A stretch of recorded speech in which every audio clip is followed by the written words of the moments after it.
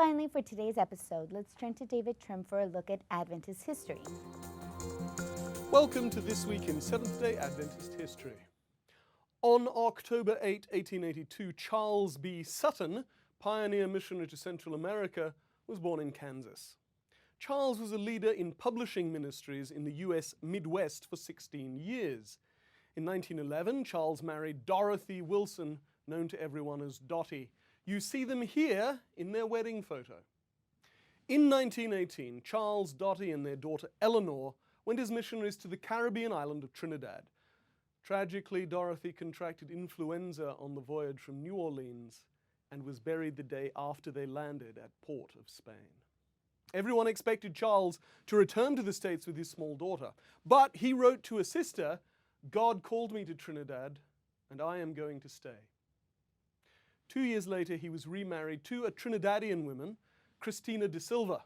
She was 21 while Charles was 38, but their marriage was happy and lasted 44 years until his death in May 1964.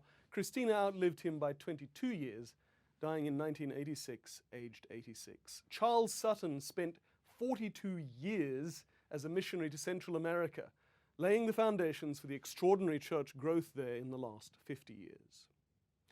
And on October 9, in 1974, Svend Broberg died in Randers, Denmark, aged 78. After spending several years as a pastor and young people's leader in his native Denmark, Broberg was called to similar responsibilities in the Scandinavian Union. In 1934, he and his wife Lorette accepted a call to serve as missionaries to Sierra Leone, and they worked there for 6 years in very difficult conditions. Unable to return home due to World War II, from 1941 to 46, Svend pastored churches in the U.S. state of Washington. With the war over, the Brobergs returned home, and Svend was for 5 years president of the East Denmark Conference, before returning to Africa, this time east rather than west. Svend Broberg was president of the Ethiopian Union for 5 years. In 1956, he and Lorette returned permanently to Denmark, where he pastored a number of churches before retiring. And that was This Week in Adventist History.